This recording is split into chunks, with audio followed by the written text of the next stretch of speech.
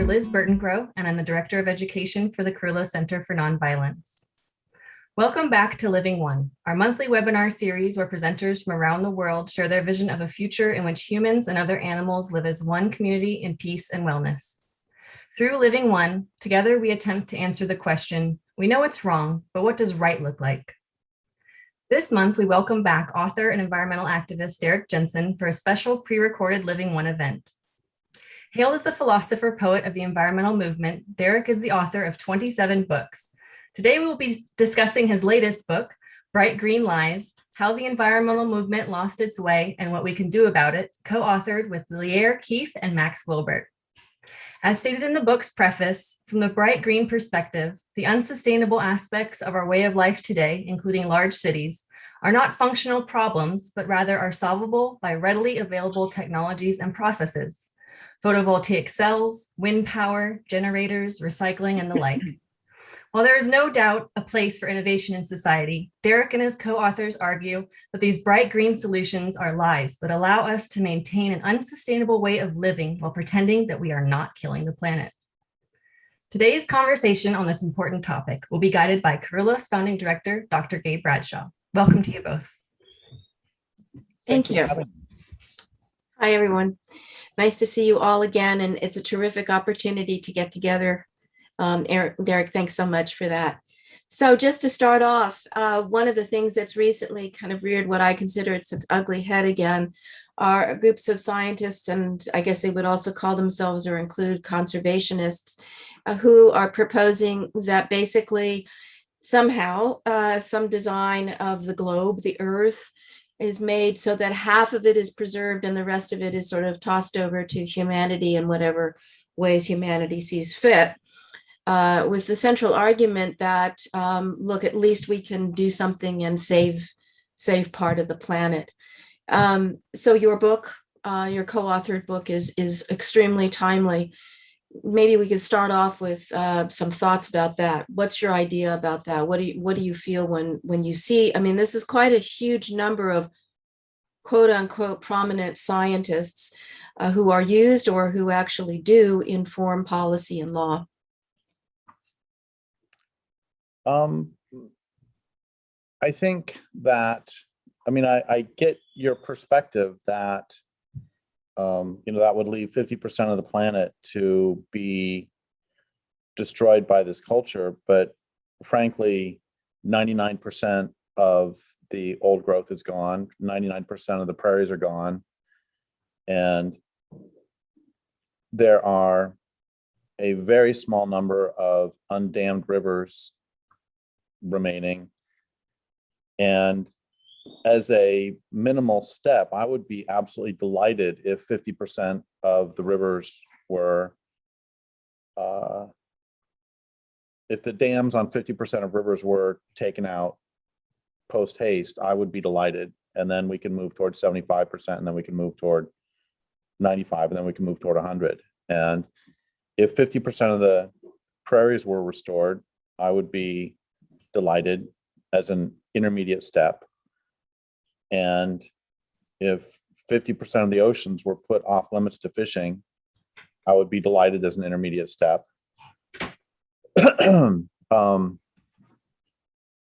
So I don't have, what I know is that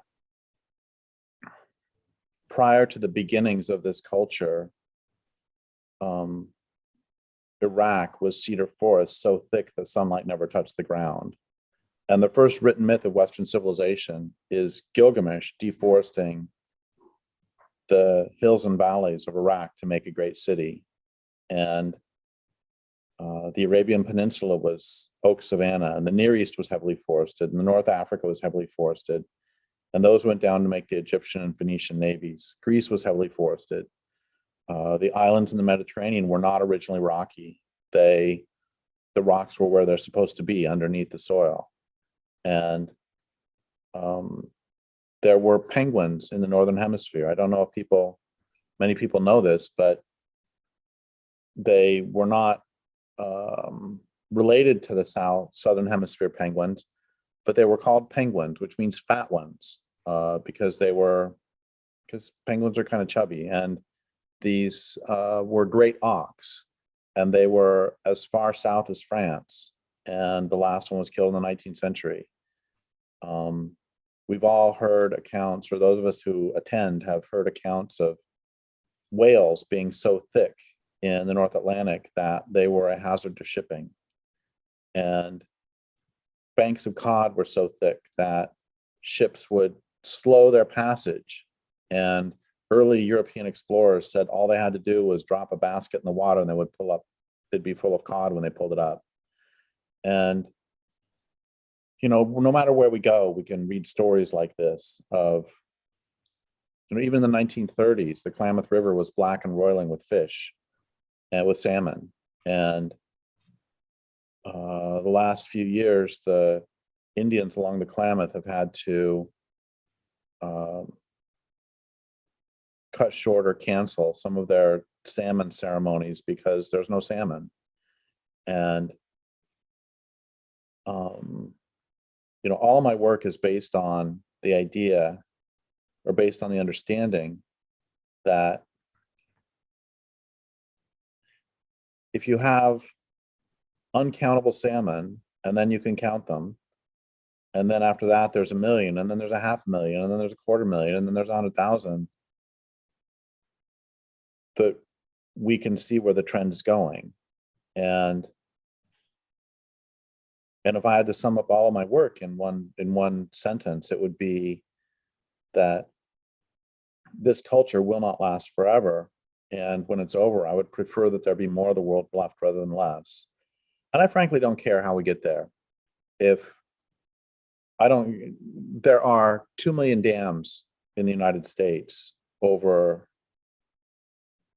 there are 2 million dams over, I think it's, I don't remember the height. I think it's 6 feet tall, and there are 70,000 dams over 12 feet tall, I think. So I don't remember the numbers exactly. I mean, the numbers are correct, but not the heights.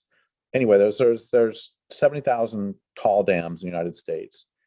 And if we only took out one of those dams a day, it would take 365 days a year. So that's 7,000 days. In 20 years, it would take us 200 years to take out those dams. And salmon don't have that time, and sturgeon don't have that time. And I'm really glad that they're taking out dams on the Klamath. And I don't care if it's done through a legal agreement like that, or if it's done because there is a big rainstorm. I mean, what I know from the river's perspective is the river needs to run free again. And it's the same with, I don't care how we get back to prairie. I don't care how we get back to old growth, except of course it takes time. I don't care how we get back to native forest, I should say. And this really brings me to Bright Green Lies, where one of the central points of Bright Green Lies, and we can talk about the solar and all that stuff later, but that's not the real point here at this moment. The real point is that once upon a time, environmentalism was about saving wild places and wild beings. And over the last few decades, it has transformed into being about perpetuating this culture, and perpetuating this culture that is the source of the destructiveness. And so one of the reasons we wrote this book is because we want our movement back, and we want to return environmentalism to being about saving wild places and wild beings, as opposed to trying to sustain the dominant culture. How did that change occur? And what, in terms of the hijacking, you might call it, or how did that central goal and mission change, and who was involved in doing that or being engaged in that? Well, it's a really good question. And if we want to misuse a word, I mean, that is the natural history of movements. I would say the unnatural history of movements. That is something that this culture just excels at, is taking a movement for justice or a movement for social change and co-opting it to serve the ends of capital. And this happens to, I mean, it's extraordinary it's happened to feminism, where you had the first wave of feminism was really about basic human rights for women, the right to vote, the right to own property, the right to, my parents got divorced in the late 60s, early 70s, and my mom could not get a credit card in her name as a divorced woman. And so the first wave of feminism was really about getting those basic rights to sustain in society. And a lot of the second wave of feminism had to do with things like pornography and the harms pornography and prostitution do to women and to society as a whole. And it had to do with a lot of other things too. But the point is that the reason I emphasize those is because the third wave of feminism has really been about how pornography and prostitution are empowering, and is like, I know Gail Dines, who does a lot of really great anti-porn work, and she teaches, I guess she's retired now, but she used to teach, and she said she would have female students come up to her and say, I don't want to be a feminist because I want to have choice as to who I sleep with. And I don't want to sleep with just any guy who comes on to me. And that was sort of the sex pause third wave. And the point is that feminism was transformed. And you'll see movements for, it's really interesting that, I don't want to get too deep into this particular thicket, but we'll get back to environmentalism in a second. But it's just, this happens to so many movements where, at one point, the Democratic Party at least pretended to care about working class people. And then in the last election, I thought it was really interesting that, and I can't stand Trump, don't get me wrong on that, but they call a lot of the Trump supporters are working class people, and the Democrats call them deplorables. And I think that's really typical. It's just any movement's going to get captured. A great example is, you can have unions through the late 19th, early 20th century. Unions were doing some really great work on protecting workers' rights. And then we're all aware of how, by the 40s and 50s, unions were still doing some good work, but a lot of them, it's just a cliche that they've been captured by the mob. And so there's this part of the problem. One of the reasons this happens is because justice doesn't make money, and justice doesn't increase power. And a way to look at this, to bring this back to the environmental movement, one of the problems is that trees have no value until they're cut down. And if you name any of the animals that you take care of, any species that you take care of there, wild turkeys, just name a couple of them. Bears, deer, wild turkeys, raccoons, skunks. Okay. Does feeding any of those creatures or taking care of them when they're sick, does that make you any money? So I would correct it to say I don't feed them, that I basically support them through various things like food and water. Okay, but no. Okay. On the other hand, and I'm not suggesting you do this, if you killed the raccoons, you could probably sell their pelts. I know that I've got friends who fight bobcat trapping around. So the point is that within this culture, you can make money by not supporting them on their own terms. Doesn't make any money. And protecting land is not going to make the big funders any money. There's no investment possibility in it. And what is that turning point in the environmental movement? And because you've obviously studied it in depth, where the progenitors, wherever you want to start it, where they weren't making money, or they had sufficient means, or the culture functioned in such a way where capitalism was not the only route, for example. what was a turning point in terms of individuals who started to engage? Because obviously, I'm just looking at what are the mechanisms, maybe that's a better way to put it. What are the mechanisms, whether they're psychological, as you say, capitalism, it's always quote unquote financial, which is also psychological. There's a social dimension to it as well. What are those mechanisms which start to kick in? Well, I think that's another great question, and highlights how I kind of lied to you, because Bright green lies or bright blue lies? this would be A red lie. this is just a straight old lie. But when I said that once upon a time environmentalism was about protecting wild places and wild beings, that's true. But also this conflict has been going on for a long time. And you've got John Muir, I don't know, 120, 30 years ago, and you also have Gifford Pinchot.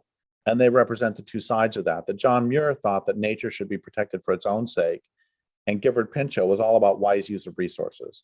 That what you do is and not wise use like the modern wise use, he would actually be appalled at how aggressively, but he thought that you need to protect them for human use. So it's really a question of whether you value, on one level you could put it, whether you value wild nature for its own sake or whether you value wild nature for human use. But I don't think that's quite accurate. I think it's whether you value wild nature for its own sake or whether you value wild nature for industrial use, because industrialism has captured all of us. I mean, I'm jumping around here, but something I find really fascinating is that there are mainstream sources of, like mainstream news reports even, will talk about, and various intellectuals will talk about how humans might go extinct within 100 years because of what we're doing to the planet. And they can talk about that fairly blithely, but if you talk about civilization ending, they completely flip out and think you're crazy, because their identification with civilization is stronger than is their identification with human continuance as a species. And Lewis Mumford described that really well. He talks about how various technologies can be either democratic or authoritarian. And a democratic technology would be one that arises from and gives rise to democratic social structures. And an authoritarian technology would be one that arises from and gives rise to authoritarian power structures. And a great example would be pottery or basket weaving are democratic in that really nobody can control your access to reeds.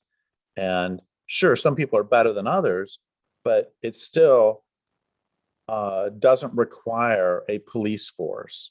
On the other hand, mining is an inherently authoritarian technique or technology, in that first off, you have to have a military to take the land because somebody lives on that mine, or somebody lives on the land where the mine's going to go, and that mine is going to destroy their land. Second, and this isn't even including non-humans, and second, that once you get the ore, you need to, excuse me, and you smelt it, you need to have some sort of police force to keep people from stealing it. But isn't there a step even before that? So for example, let's say I'm sitting here and I decide to mine for gold pan in my creek for gold.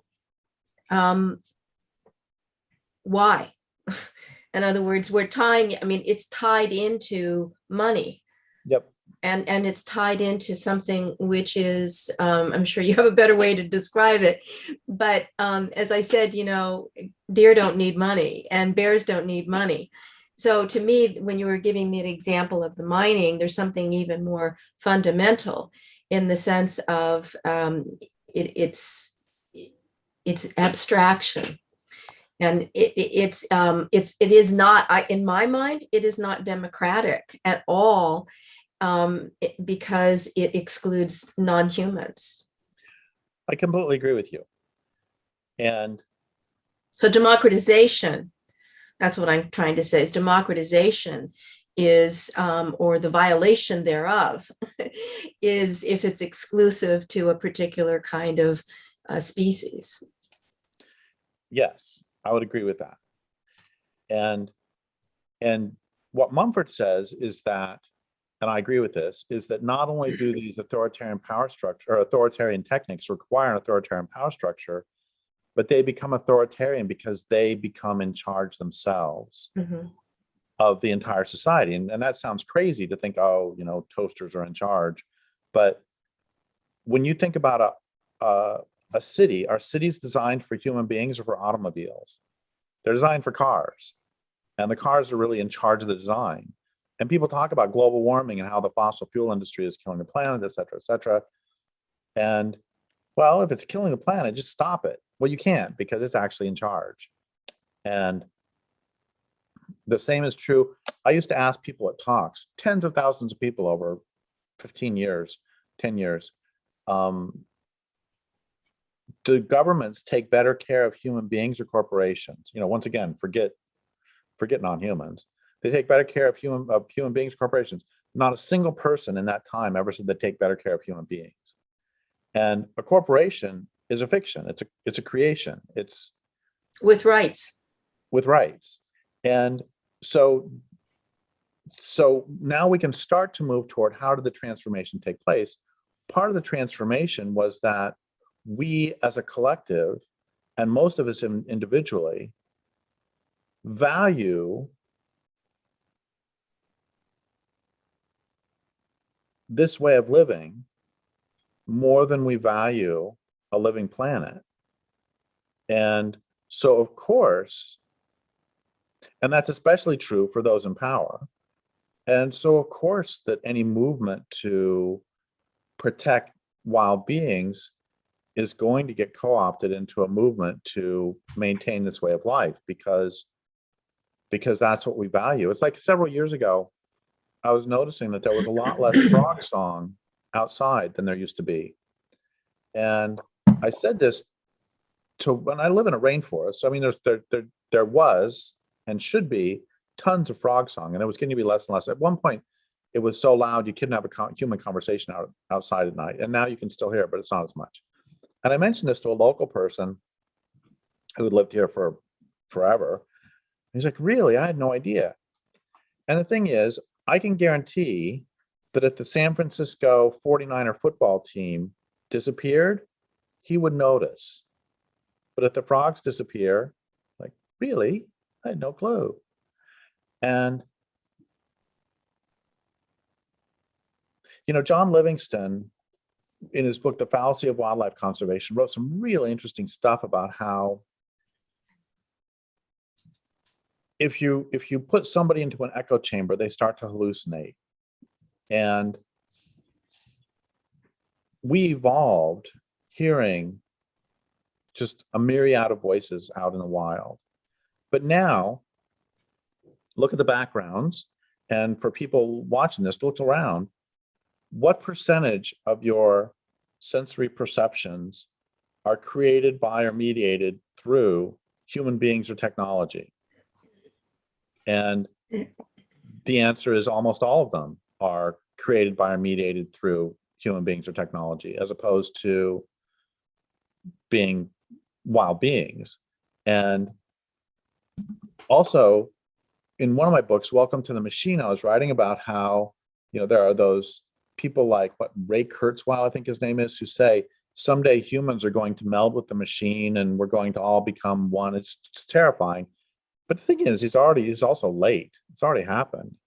You know, think about it. How many machines do you have a daily relationship with versus how many wild plants or animals do you have a daily relationship with? I'm not talking to you, Gay, because you probably have more relationship with raccoons than you do with computers.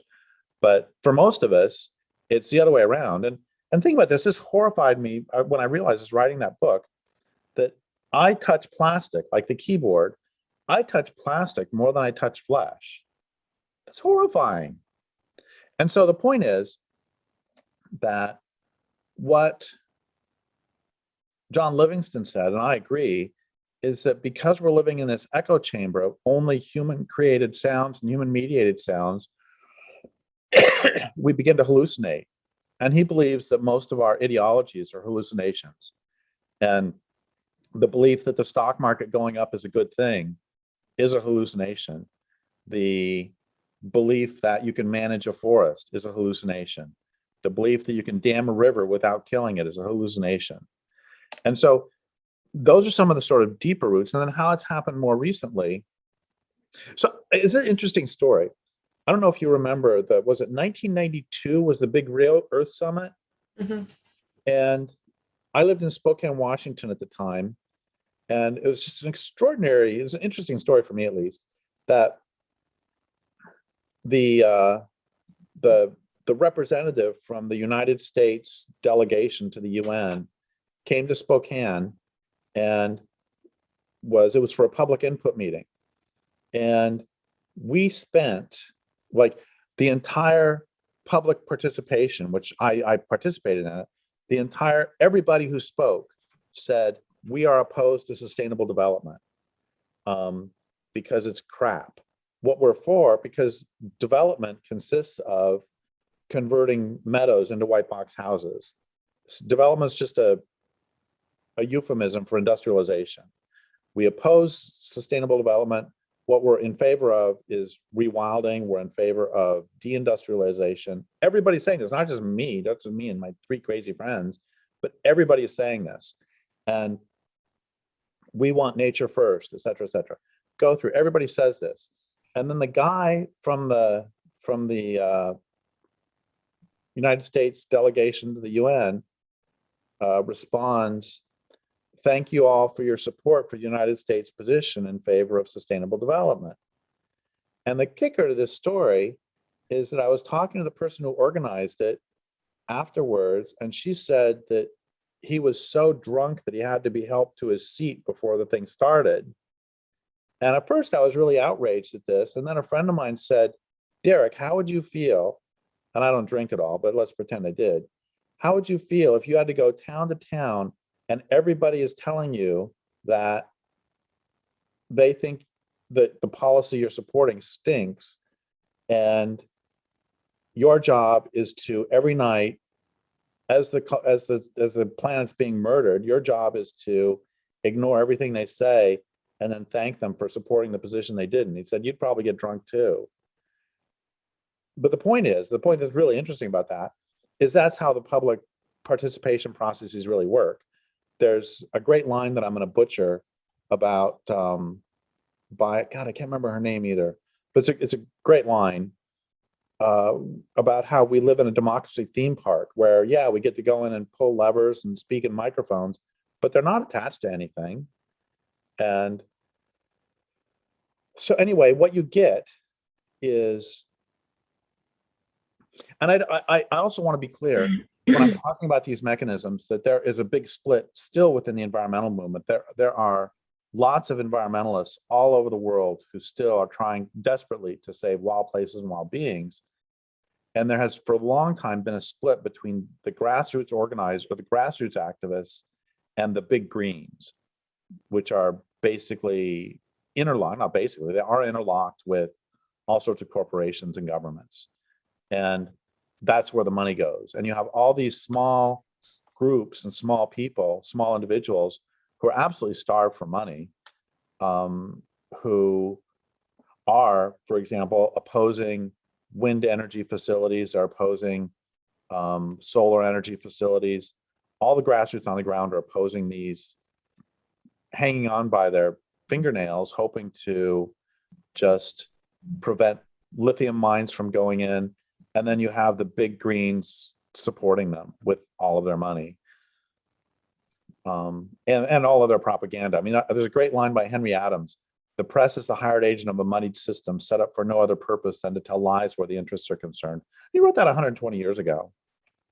And it's certainly just as true today.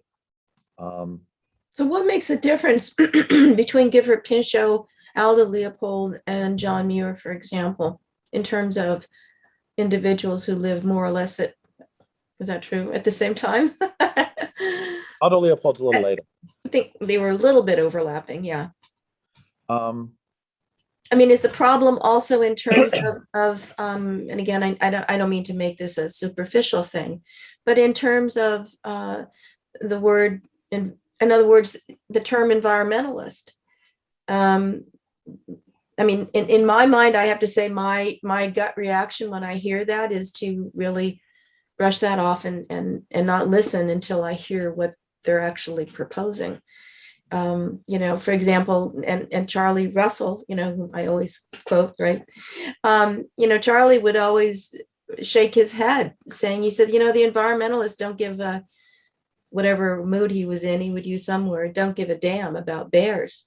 In fact, they're really anti-bears. The only reason they care about the bears is because they think that that's going to get what they want. And, to me, we're I guess, this was my broken record, but it comes down to a kind of identity. Now, again, I don't know all the details of John Muir, but I have to tell you, reading him, I mean, he is an ecstatic. Same with Enos Mills, who his identity, I think it comes down to a very fundamental identity. And how can we disable that identity? One of the biggest things, I think, is this allegiance to other humans and the social bond and the fear that is embedded in our relationships. I don't want to go off topic, but I don't know if you have any thoughts about that. No, I think at the fundamental, at least a corner of it is very clear that we have a relational problem. We don't like each other as a species.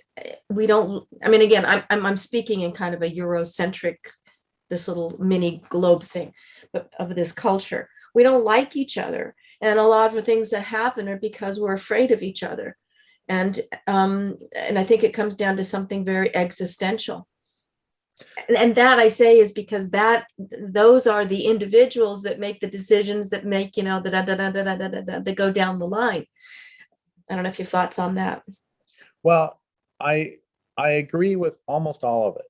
And I go back to John Livingston again, and his whole point of the fallacy of wildlife conservation was, it's an interesting title, because when I first saw the title, it's like, wait, wildlife conservation is a fallacy? What are you saying? But that's not his point at all. His point is, the book, a lot of it goes through to talk about arguments that people make for protecting wildlife, and how a lot of them can be converted into more destruction by people who want to convert them into more destruction. And where he comes to in the book, this is sort of the TLDR for his work, is that he thinks it's a state of being, and you can't argue someone who hates nature into loving nature. And he sort of punts on the TLDR. I'm sorry to be so too long didn't read. naive. Oh, okay. So the one sentence, the clip notes is what our generation would say, and then the young people say TLDR, and I was trying to be cool. Anyway, the Cliff Notes version of his work would be that it's a state of being, and you love and identify with the natural world, or you don't. And I don't think he really talks about whether you can convert people, but it really is. I mean, it boggles my mind that salmon are going extinct and most people don't care. And it boggles my mind that insect populations are collapsing and most people don't care. All this stuff. I mean, there are solid scientists who are saying the oceans could be devoid of fish within less than 30 years now. And I don't know why people, like, there was this great female, great woman, what's the word for somebody who studies poisons? Toxicologist? Yeah, like environmental toxicologist. Forensics? No. It was environmental toxicologist, I think, who said, we are bathing the world in endocrine disruptors, and I don't know why everyone isn't running down the street screaming. Right. And I don't understand why everybody isn't running down the street screaming on any of these issues. Migratory songbird population collapse, it just doesn't matter. And, my mom died 3 years ago, and she said many, many times in her last 10 years, like, I am so glad that I am not going. I mean, I've seen so much destruction of the world, and I'm so glad that I'm not going to see what comes in the next 15 years because it's just accelerating. And I don't know why people aren't screaming about that.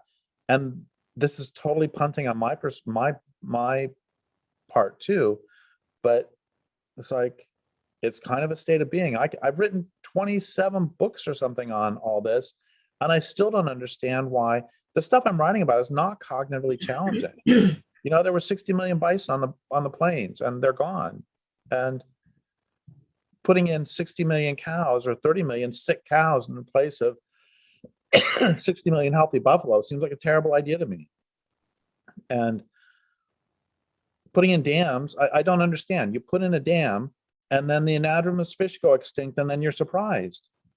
It's like a toddler who's pushing a plate across the table, and then when it falls off the table, they get surprised. It's like, anyway, the only thing I didn't really agree with is that I don't think it's just this culture. I don't think the problem is that humans don't really get along, because I think, and let me go with this for a second, because it's not quite as bad as it sounds. I think humans are fundamentally, I don't think we're evil. I think we are fundamentally contentious. And I think migratory songbirds are fundamentally contentious too. I mean, I've lived much of my life around chickens, and they're certainly contentious. And I don't know, did I talk about the thing where they recorded what bats were talking about? Mm-mm. Oh, it's really cool. Somebody put a videotape that could obviously capture images in the dark, along with audio in a bat roost over winter. And then they recorded all the sounds, and then they watched the tapes to correlate like what would happen with the sounds to try to figure out, start doing a dictionary of what they're saying.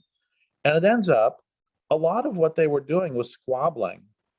So saying, hey, you're too close, move away. Or, hey, I'm cold, come over here, or, you know, whatever. And years ago, I was talking to Jeanette Armstrong, Okanagan Indian writer and activist, great human being. Mm-hmm. And she was saying that, you know, we Indians have the same squabbles that white people do. We end up disliking each other, we end up getting in fights. The big difference is that we lived in place, and we know that I know that my great-grandchild might marry your great-grandchild. Therefore, we have to have ways to get along. Mm-hmm. And then apply the same thing to the non-humans. If you're planning on, you know, people say Indians affected their land base too. And I have seen so many people, this makes me so angry. I've seen so many people use the fact that the Yuroks just south of here would sometimes burn to keep areas open. I've heard them say, well, that means that anything goes on Boise Cascade and Weyerhaeuser can clear cut. I've actually seen people say that. And the big difference is, Well, there was that book that came out, The Ecological Indian. I don't know if you ever read that, by Shepard Kresh. no, I didn't read And it that was one. absolutely shocking. I mean, he basically said, you know, the Indians are a bunch of, you know, I mean, they're just as quote unquote bad as us. You know, that's the Cliff Note / TDLR. I think I said that right. Yeah, you did. And it was like outrageous to see the blurbs on the back of the book of hardcore environmental historians. It was just this piece of bigotry. It was just incredible. Well, here's the thing. I mean, yes, I agree. And I mean, that's a lot. That's alive and well. yes, it's completely alive and well. And in fact, it's taken over a lot of that was an entree into the sort of neo-environmentalism where you get Emma Morris writing Rambunctious Garden, where the entire world is a garden that is supposed to be tended by us, which is just outrageous. And the point is that the difference, and Ray Rafael talked about this, of course, a lot of Indians have talked about this. If you're planning on living in place for the next 500 years, you're going to make different land use decisions than you are if you're not planning on living there. That's the whole thing. Boise Cascade is not planning on living there. Boise Cascade doesn't exist. but the Mhm. managers aren't planning on living there for 500 years. They Well, that wouldn't. was the whole foundation of the spotted owl debate, right? Is that was it wasn't the environmentalist against the logging or the loggers. It was the quote unquote environmentalist against the industry because they had no interest whatsoever in terms of the humans who were doing the work for them, Right. Well, let alone nature. yeah. Well, that's another thing that was where I got my really entry into all of this work. That was one of the first battles I would participated in. And I realized really early on how important the press lies, how important journalistic lies are to this whole discussion, because at the same time that they were saying spotted owls are destroying the timber industry, A, the cut was going up, B, raw log exports were going up, and automation was costing jobs. Mhm. The cut was going up and jobs were going Mhm. down, Mhm. but they didn't talk about that. Anyway, back to the original point of being contentious, I think that humans being fundamentally contentious actually also is evolutionarily adaptive, because I think it kept us in smaller groups. And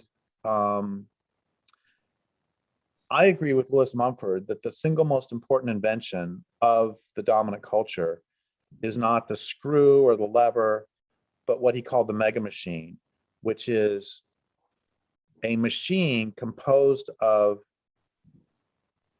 substitutable parts that are human. And what he means by that is top-down bureaucratic style or top-down military style bureaucracy. And some of the first of those were those armies of construction used for building the pyramids. Mhm. And the reason I think this is really important is because, again, I think humans, and it doesn't mean we're nasty. It's just, I had a wonderful relationship with my mom, but we would still snipe at each other sometimes. I remember one time I was folding my towels at her house, and she came over and said, "Do you want help with that?" And that's what she said. But what I heard her say was, "You're doing it wrong." So the actual conversation went, "Would you like help with that?" And I said, "No." And she's like, "Okay." And I mean, that's There just, was this really again this puts me into the Cliff Note era, but there was this ad on television, and this woman is like having a headache and she's making soup on the thing, and her mother comes up and says, "Would you like a little help, dear?" So and the woman said, "Mother, I'd rather do it myself." And of course the ad comes on for Bayer aspirin or something like that. Anyways, sorry, it just kind no, of that's it exactly just it. reminded me of that. So it's absolutely extraordinary that you can build up an army of 6 million people to invade Russia, or that you can get an army of 200,000 people, or however many people work for Weyerhaeuser, to deforest, or to sell Coca-Cola, or to build a dam, or to do Well, whatever. I think the place thing is absolutely key because that has been the MO of and continues to be for indigenous peoples. Well, look at the United States, right, in North America, literally pulling people off the land. I mean, to me, that's the fundamental. That is so profoundly traumatic and destructive. And I think any of those kinds of things like words. I don't know. I don't know if David Abram wrote about the spell of the sensuous. I don't know if that's actually his point in the book. I remember I liked it way back when. But there's this notion of words, and our relationship to words and our investment in words, like money. In other words, that they're transferable. So to me, that ties the whole thing into the notion of the place. Yeah, and another thing we have that if we want to talk about people regaining their love of nature, I think for me, the foundation of any relationship at all, whether it's with a human or with a place or anything, is time. Mm-hmm. And I remember interviewing Vine Deloria back in the late 90s, and at the time he taught at the University of Colorado, and he said a lot of his students would go out hiking and then they would come back and say, oh, I had this great connection with nature. And he would say, no, you really had an aesthetic experience and you saw some beautiful things, but that's not the same as having a relationship. And I've lived on the same land for 20 years, and it's taken many, many years for me to, it took a few years for the land to even accept me. And then this is kind of woo-woo, but it was pretty miraculous. I knew when the land had accepted me. It's like, yeah, you know, you're a nice enough guy, but we don't really trust you. I was getting that feeling. And then one day I was walking down a path that I'm the only human who walks on, and I saw a strange footprint, a strange boot print. And so I started walking through the forest, wondering who's here. And I caught this guy who was cutting burls off the land, cutting burls off redwood trees. And I said, you can't do that here. And I walked him off the land. And then he came back and was doing it again the next day. And I walked him off again. He did it one more time, and then he left. And the point is that in the next couple days after that, I saw the biggest pile of bear poop I had yet to see. And nowadays I see bear poop like 50 times a day. And then I saw also the biggest red-legged frog that I still have ever seen. And then on the third day, I'm walking through the forest and a bird flies out of some bushes and brushes my chest with its wing and flies away. And ever since then, my relationship with the land, that was the beginning of the relationship, really, where I felt like I was accepted here. And I had done something tangible to show myself. And, you know, then we can forget the woo-woo part and just go with. Well, why is that woo-woo? Because because I can see saying this to various friends I had when I was getting my degree in physics 40 years ago, who would say, that's all just random. You just happen to see a big bear poop. Of course, bears poop in the woods. You're going to see bear poop. And so maybe I shouldn't have made the caveat, and I'm fine with not making it too. Well, I'm just trying to say from a perspective, this is not for you, this is just sort of a little bit of a side text, is that birds and bears and frogs and trees are sentient. Of course. And they're very observant. This is where they live. Everything is very important to them. And so in some kind of way, they understood your intention, they understood the other person's attention. And this was a way of interacting and communicating something. Yes, I completely agree. And thank you for calling me on stepping. Well, I'm only saying that is because this is another example of what I call science, which is selective. So, you know, right. Your physics friend is not taking into account the entirety corpus of science, quote unquote. And all of those things are true. And this notion, you know, just like even the people who are recording the bats and things like that, that it's not implemented. I'm only saying that, not criticizing you. I'm just saying is that it makes sense.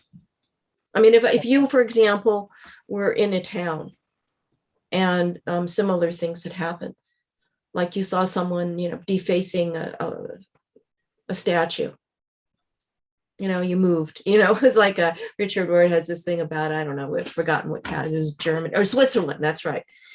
And anyways, he's this priest and he was talking about how, you know, he said it was, you know, Sunday and no one was around and, you know, there's no traffic and he's in this small town and he crosses the road. And this man opens up his window, right? And he starts, you know, yelling at him in Swiss German saying, use the sidewalk. I mean, or use the crosswalk, you know, use the crosswalk. So I guess I see something like that. So if you were in that town, you know, you would be understood as a foreigner or some, you know, an outsider. And if you had done things that showed that you respect the place, I think people act differently. Yeah, yes. Well, like one guy might come up and say, hey, do you want to go have a beer? Another person, says, I really like you to meet my family and go ahead and take a shit on the lawn. And, I'm just saying is, I really think that's the understanding of quote unquote sentience, is really dropping down to the level of commonality. So anyways, I didn't mean to wax on about that. No. I think that's incredibly important. I think that's hugely important. But I think that's what you were feeling and picking up and understanding. And I think it's just a fact.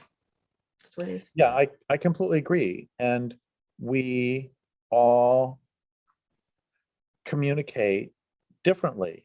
And that's one reason that the story with my mom is kind of interesting, because, I had at that point, this is 15 years ago, so I had 45 years of experience with her at that point. And we both spoke English, and we still had miscommunication. And it's extraordinary to me that so often it's the non-humans who are taking the initiative to attempt to bridge these species communication gaps between us. And and another story just about a way we communicate. I used to have some different dogs than I have now. This is many, many years ago. And they lived with me, and then I would walk up to my mom's, where I am now, and then they would stay outside at my mom's. And when I would leave, they would always, if I was going to go into town, they would not even get up off lying down on the porch. But if I was going to walk home, they would get up and go with me. And it took me, they started doing this almost immediately. And it took me a couple years to figure out what they had figured out immediately, which is if I walk out of the house with car keys in my hand, I'm going into town and they don't need to bother to get up off the porch. But if I don't have car keys in my hand, and again, they figured that out almost immediately. And it took me 2 years of thinking that they were reading my mind I mean, they were in a sense, but anyway, so they were a lot smarter than I am or was. But back to the original point, I always used to think that people who were good at tracking or anything, it was like this magical skill. But one day last summer, and this sort of thing happens all the time, this is just one of them. I was walking on some obscure path in the forest, and I saw a pile of bear poop, and I immediately knew which bear's poop it was. And that's simply from knowing them. And this is how you learn to read a book, how you learn to read text in a book is by practice and by just enjoying it. And I mean, the way I found that guy with the boot, the way I found him was, and I can't believe this because I'm not a tracker at all, but I noticed a branch by the path that was broken, not at the level that a bear would break it. And it's like, oh, I'll bet he went down this path. Of course, it could have been an elk or something because it was, it's shoulder length for an elk, and it was, sort of rib height for a human. But the point is, the only reason I knew that is because I walked that path every single day and I got to know it. It's not study any more than you study someone you're in a long-term relationship with. It's just, you get to know them. And I once asked both Jeanette Armstrong and Linda Hogan,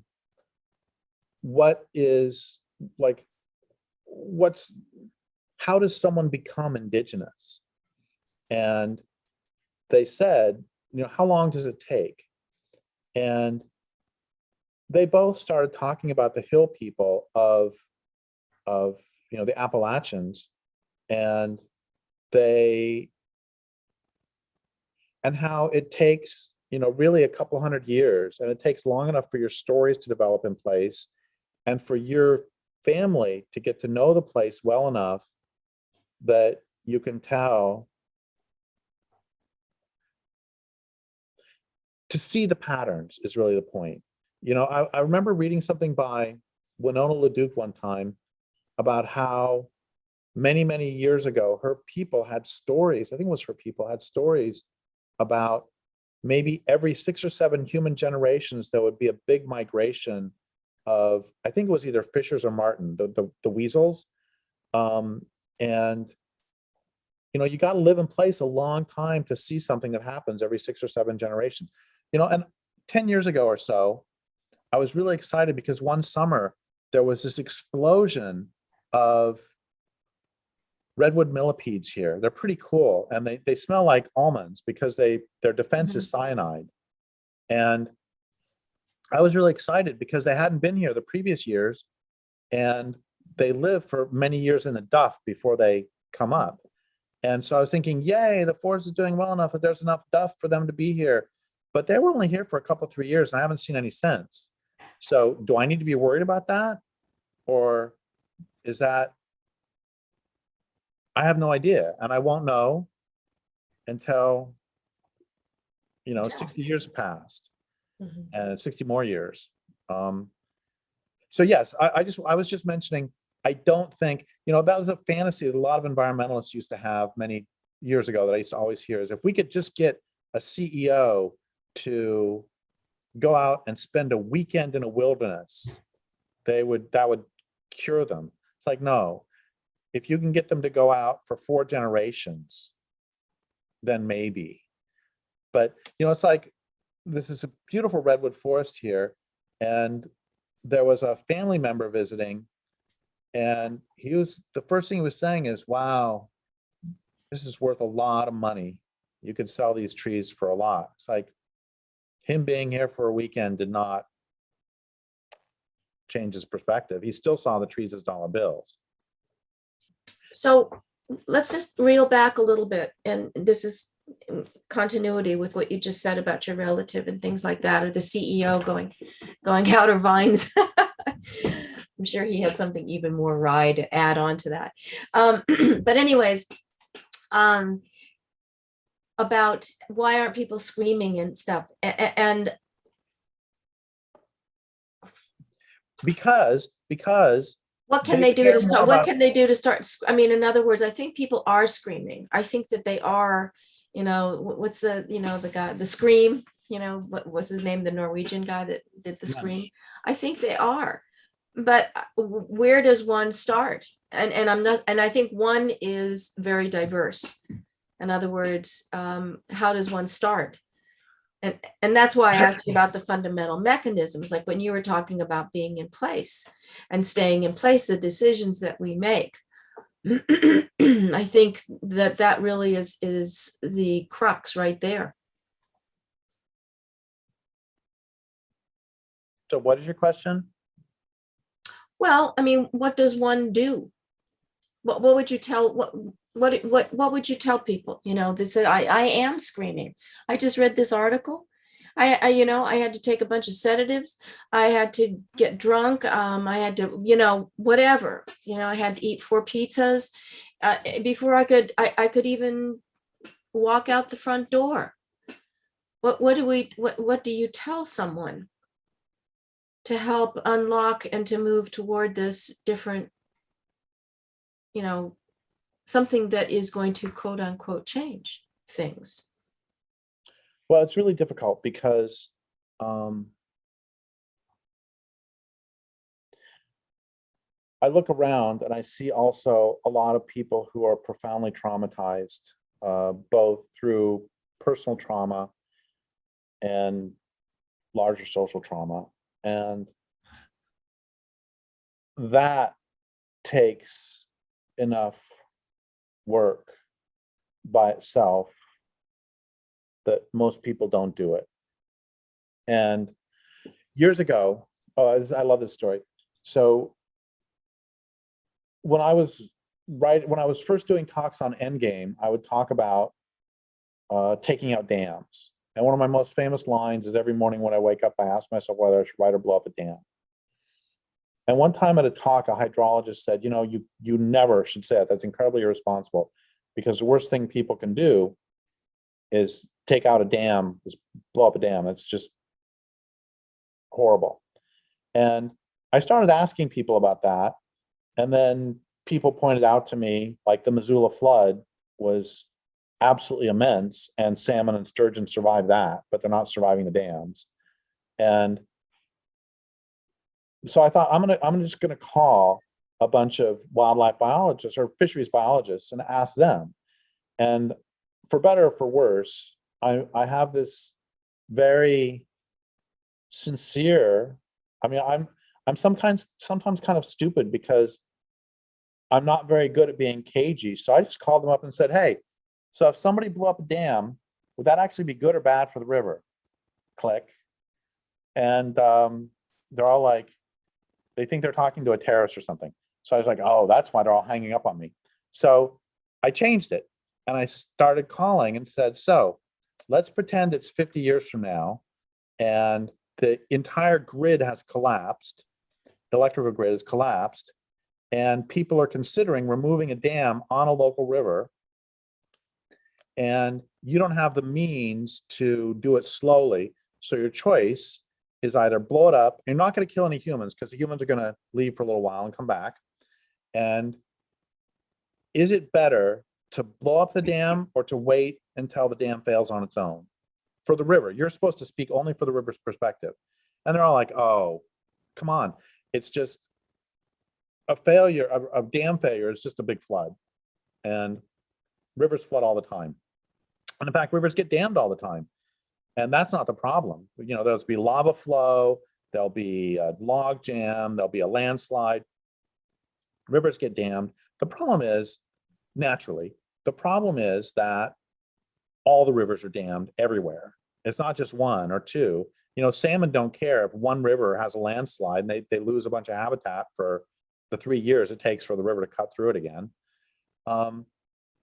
And so they're all like, yeah, it's no big deal. It's actually just a big flood. And then I was talking to a fisheries biologist up on an undammed river on the Olympic Peninsula, and she absolutely adores the river that she studies. And she said, you know, it floods all the time. We misdefine rivers.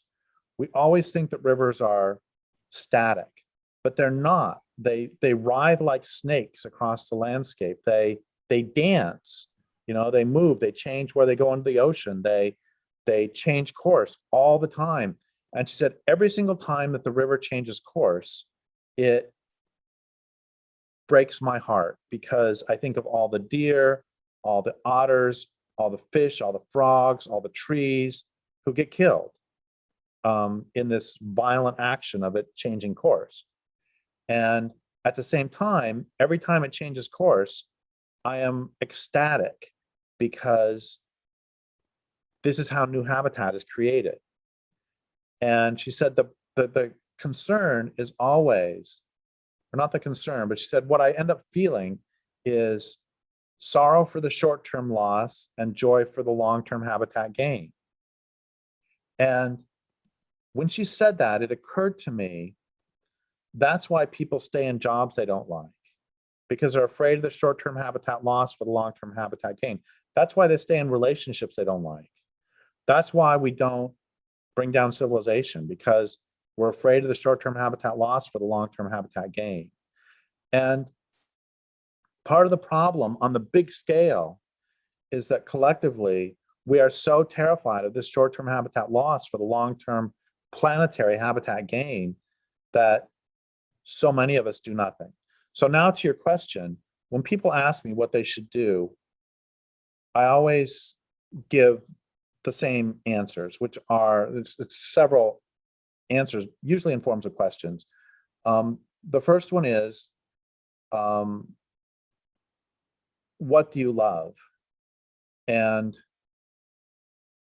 whatever you love, it's under assault.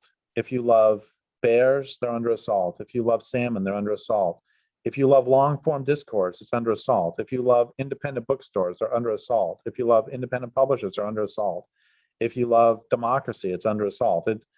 If you love women's rights, they're under assault. And so the big distinction is not between those who want to bring down civilization and those who don't.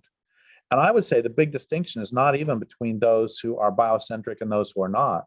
The big distinction is between those who do something and those who do nothing. And the smartest decision I ever made was when I was in my 20s. I knew that everything was messed up. I knew that there was, the planet's being killed. And the problems are so big, it's like, I can't do anything. I can't fix anything. I don't know what to do. So I didn't do anything. And then one day I realized I wasn't paying enough for gasoline. That gas at the time cost, I don't know, $1 a gallon or something. And that doesn't cover the social and ecological costs. So what I decided is that for every dollar I spend on gas, I would give $1 to a local environmental organization, not national, but local. But I didn't have any money. So for all the money I spent on gas, I would pay myself $5 an hour to do activism. That's how I started in all this. So I started by writing letters to the editor, and I was so scared I wouldn't use my own name. And then I started doing anti-circus demos and anti-fur demos. And I didn't let anything. I love Florence Nightingale's line about how she accomplished so much. She said, "I never gave nor took any excuses." And it was the same. It's like, if I spend $10 on gas, I'm going to do 2 hours of activism. And when I did the anti-circus demo, it's like, I didn't have a sign. I didn't have anything. I just knew circuses are cruel. I didn't know why. And so I'm standing there holding my sign, circuses are bad. Some guy comes up to me and says, "So why are circuses bad?" I said, "I don't know, ask the guy next to me." It's like, I didn't let my ignorance stop me. And then I did anti-war demos, and then I started doing timber sale appeals. And then the activism got to be so much fun that I just quit keeping track. So the point is, what do you love? Find something you love. Next is, what do you love doing? Because, I write so many books and people say, "Gosh, aren't you burned out?" I was like, no, I love doing what I do. And on the other hand, I write really terrible press releases, for example. I remember volunteering for an environmental organization. They said, "Derek, you're a writer, write a press release for us." I spent 8 hours writing this thing that was useless as a press release, handed it to them. They said, "Thanks so much for doing this," threw it in the wastebasket, took 15 minutes to write their press release, and there it was. And I was really terrible at doing timber sale appeals too. I would be just digging through these environmental impact statements and environmental assessments. Just, my mind is going crazy. And the people who really knew what they were doing would come into the room, they would sit down, take the environmental impact statement from me, look on one page and say, "There, we got them right there, 36 CFR 19. I'm like, why did I spend the last 6 hours like randomly looking at things? Or another example is I was working with, to protect some forests, I was working with an attorney who I was helping her. And the way I was helping her is she had me write her legal briefs. I mean, she had me write drafts of them so that she could more easily then do the final draft. And A, my writing style was just terrible for legal stuff. And B, so then I started writing it in her legal style. And I said to her, "Do you like doing this stuff? Do you get off on writing this crap?"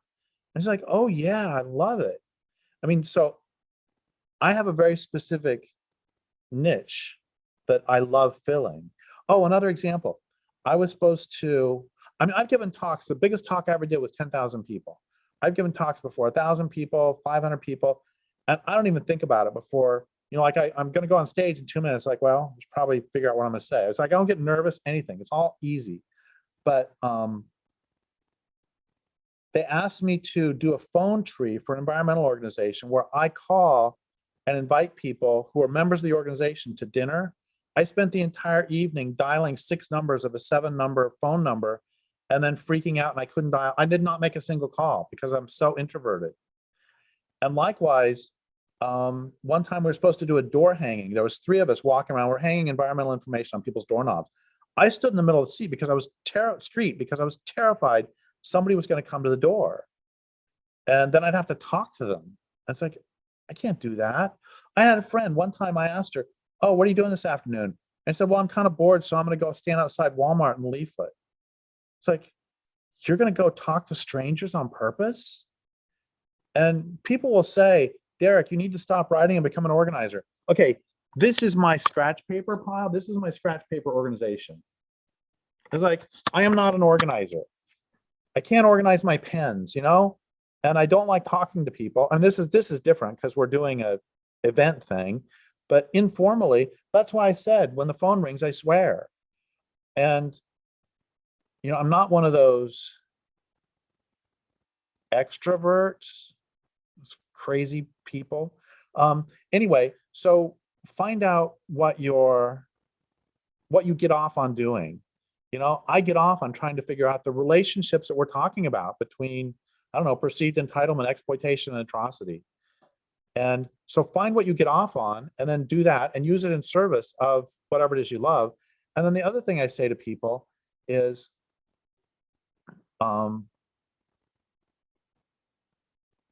what are your gifts and how can you use them in the service of your land base? And then the other thing, there's a couple more. One of them is, what are the largest, most pressing problems that you can help to solve using the gifts that are unique to you and all the universe? One of the reasons I write the books I do is because there was a hole in discourse. And instead of just complaining that there's a hole in discourse, it's like, okay, I should just do it. And if you see a problem, fix it. Work toward fixing it. And then the last thing is, no matter where you are, get to know those around you. And in terms of, you said supporting, I feel exactly the same way about supporting non-humans. Non-humans are refugees in their own homes. And however we can support them is incredibly important, not only for this at the species level, but also on the individual level and in making friendships. These are your neighbors, and get to know them. And you'll like some of them and not like some of them. And no matter, this is true no matter where you live. Years ago, I wrote a book against zoos. And one of the arguments in favor of zoos is that children need to see non-humans.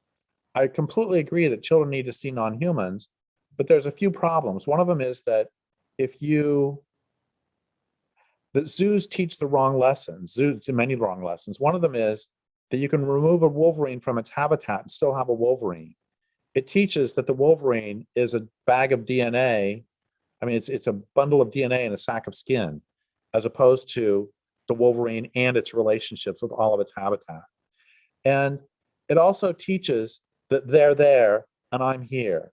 And it also teaches that they are there. Before I did the book, I went to a zoo, and it was the Detroit Zoo, and there was this sing-song thing that you push a button and it would play a little sing-song for the kids. All the animals at the zoo are waiting here just for you. What lesson does that teach? That's horrible. And so the lesson, what I say in the book, is that if you want to see a bear, you need to live such that a bear wants you to see him or her. And if you want to see a raccoon, you need to live such that the raccoon wants to be seen. And then I started sharing that with some people, and they said, well, what about people in cities? So I went to what I perceived would be, or what I guessed would be, the most animal unfriendly place in this town, which is the parking lot outside McDonald's. And I just got out of the car and I sat next to these bushes, and I saw a one-legged seagull. I saw a couple other seagulls, and I saw some bumblebees on the bushes there, and I saw ants. So there's no excuse anywhere you are. Anywhere you are, you can see some nature, and you can establish a relationship with that nature, with those beings, and you can attempt to understand their perspective, and you can attempt to share with them your perspective. And the big thing is, get off your butt. So those are the things that I think that people should do to start, and just recognize that the non-humans who surround you, their lives, including the plants, their lives are just as valuable to them as yours is to you. And there's all sorts of communications going on. And I'll say this too, because I just think it's so fascinating. So I live in Northern California, and I don't do drugs, but marijuana really helps my Crohn's disease. I drink the juice, which just tastes awful, but I juice leaves. And then anyway, so I got aphids a while back, and I don't want to spray or anything. And it's like, what am I gonna do with aphids? And they get more and more aphids because I'm sitting here doing nothing. And finally I get this idea, which is I take the plants outside and just put them out there. And the cool thing is that within 10 minutes, there are wasps showing up who aren't eating the aphids, but they are eating the honeydew. Mhm. And then the really cool thing, this is the reason I'm telling this whole story, is within a day, so 24 hours later, I go back out and there's all these little itty bitty black specks. And I look in the magnifying glass at the little black specks, and the black specks are wasps the size of a period on a piece of paper. And what those are parasitic wasps. And what they do is they lay eggs inside the aphids, and bad for the aphids. They lay eggs inside the aphids, and then it's like the scene in Alien. You know, they grow inside and then they burst out. And the thing that's really cool is that the plants send out messages, chemical messages, to the surrounding area saying, hey, there's a bunch of aphids here. When I lived in Spokane, Garage sale, garage sale. feast. When I lived in Spokane, there was a tree got covered with aphids outside, and I didn't do anything because I didn't know what to do. And within about a week, it was covered with these little orange and black worms that I soon realized were ladybug larvae. And it was the same deal. The tree had sent out messages saying garage sale, saying whatever. And the reason I bring all this up is because it just gives me chills to think about how much communication there is going on in nature that we have absolutely no clue. We are not physically equipped to detect the smell that the plant gives off to call the wasps. And so another thing I want people to do is I want for people to open themselves up to recognizing those possibilities and recognizing those realities, and to do exactly what you did with me, to say, no, this isn't woo-woo. This is just their communication. They're just being themselves. And heck, they're even trying to communicate with you. Well, I'll give you a co-introvert little ending here from me, is that people say, oh my God, you're such a recluse. And, you just like, don't you like get lonely, and like, don't you want to socialize and this? And I said, you know what? I said, I am so happy when I can go outside with a glass of wine just by myself and just have my glass of wine, because it's like living in a city here. There's so much going on.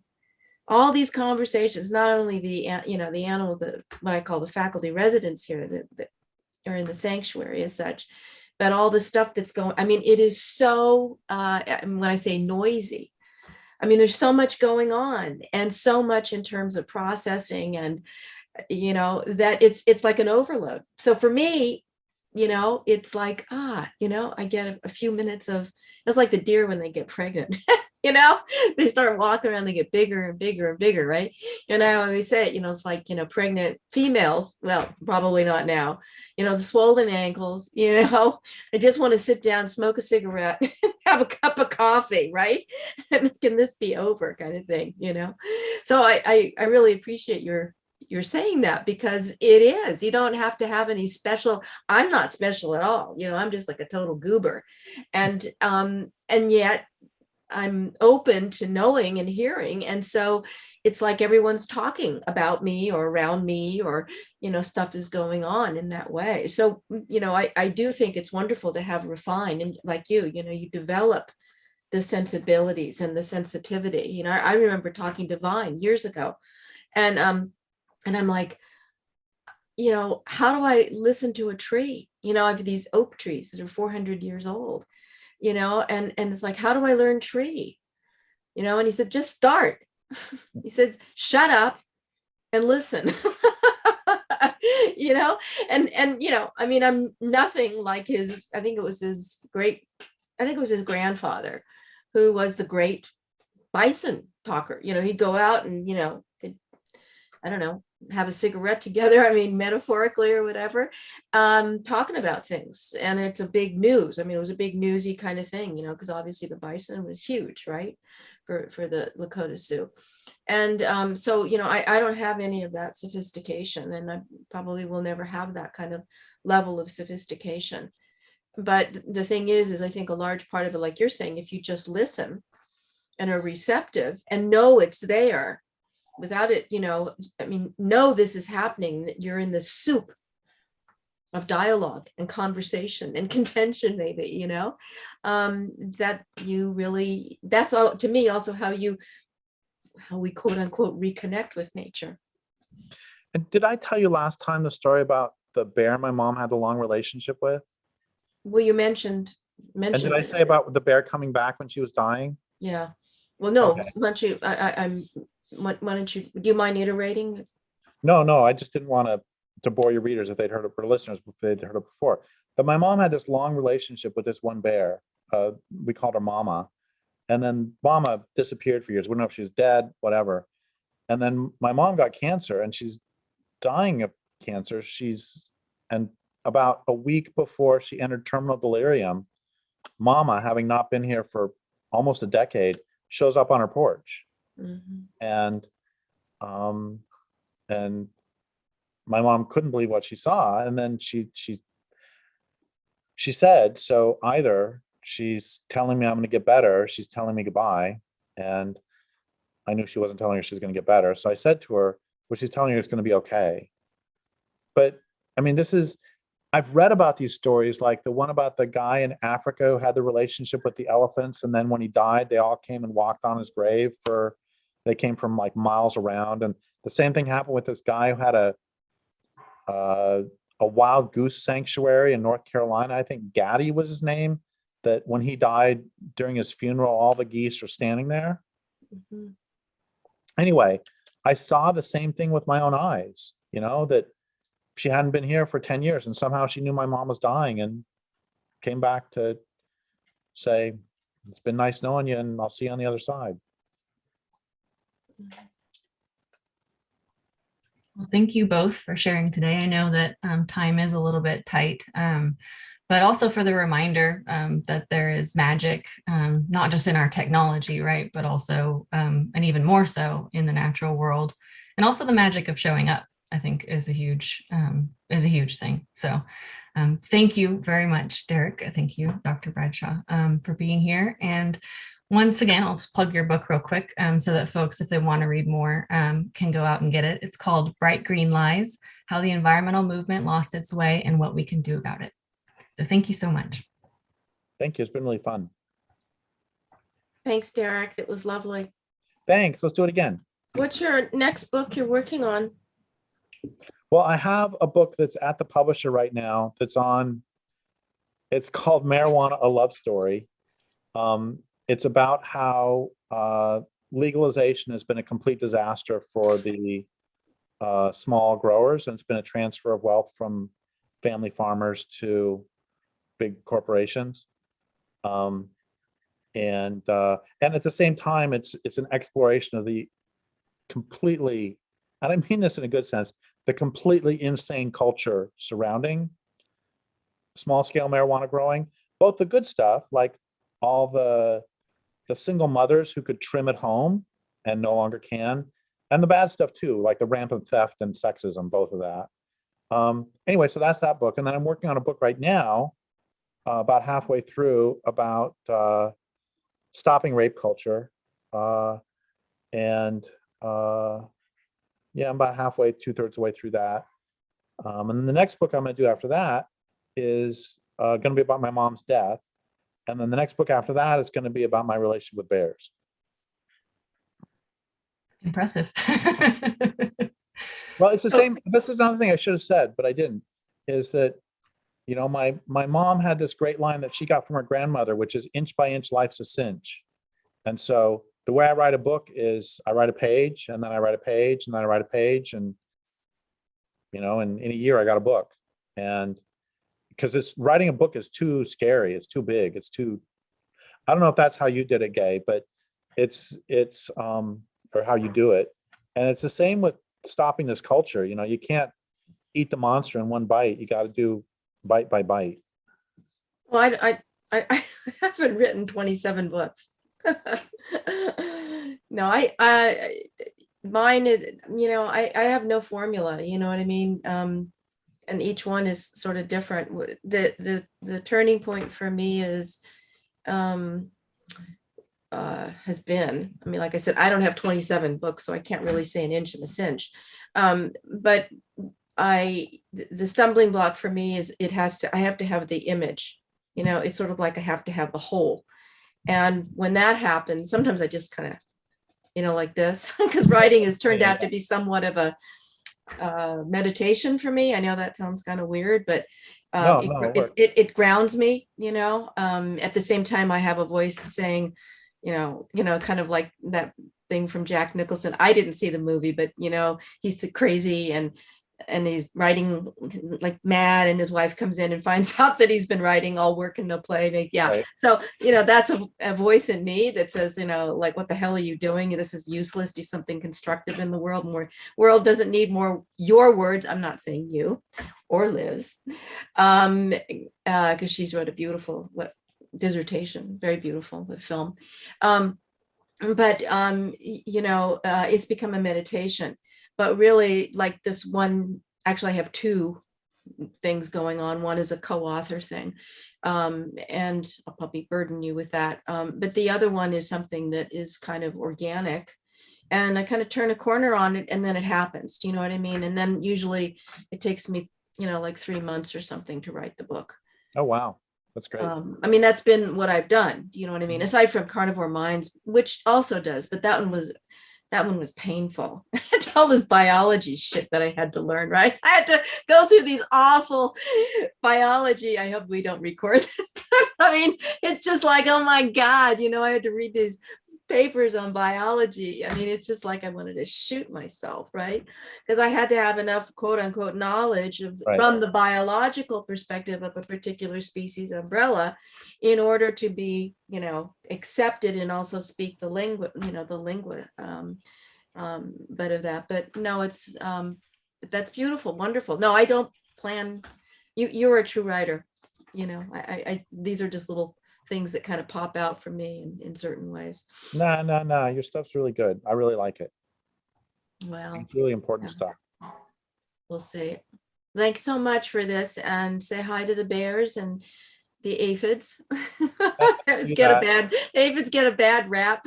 Hi to the bears, bye to the aphids. Well, all right, lots of love. Okay, lots of love. Thanks, Bye, Derek. Liz. Take care. Bye.